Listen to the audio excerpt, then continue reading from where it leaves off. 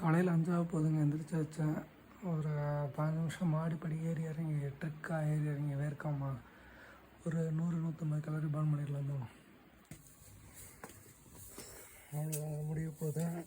120 calorie burn பண்ணால் connect பண்ணால் சுலபமாக இந்த ஆக்டிவிட்டி முடிஞ்சது.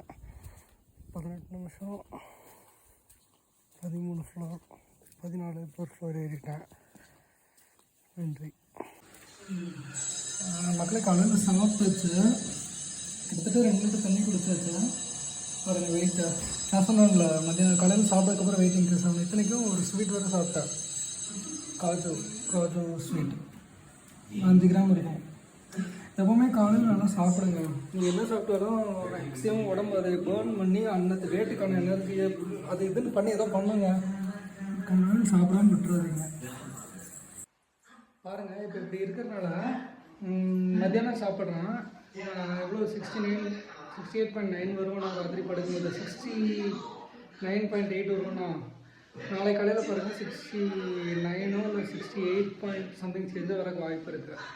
காலையில் உப்புமா சாப்பிட்டது, மதியானம் ஸ்டஃப்டு பரோட்டா, கோதுமை மாவில் செஞ்சது, உள்ளுக்குற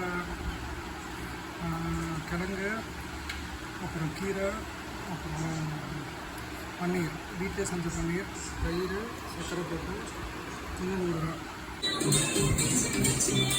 டான்ஸ் பண்ணி கலரி பர்ன் பண்ண ஸ்டார்ட் பண்ணி வச்சுருக்கேன். முடிஞ்சது மக்களை 320 கலரி பர்ன் பண்ணி வச்சு மொத்தமாக இன்றைக்கி 440 கலரி. மக்களை படுக்கிறதுனால வெயிட்டோட ரொம்ப பார்த்துருந்தாங்க. ரெடி போடி 69.45 படுக்கிறதுக்கு முன்னாடி நாளைக்கு காலையில் கன்ஃபார்மாக 68 ரீச் பண்ணுறாங்க. ஸோ கன்சிஸ்டன்சி தான் நேம் ஆஃப் த கேம்.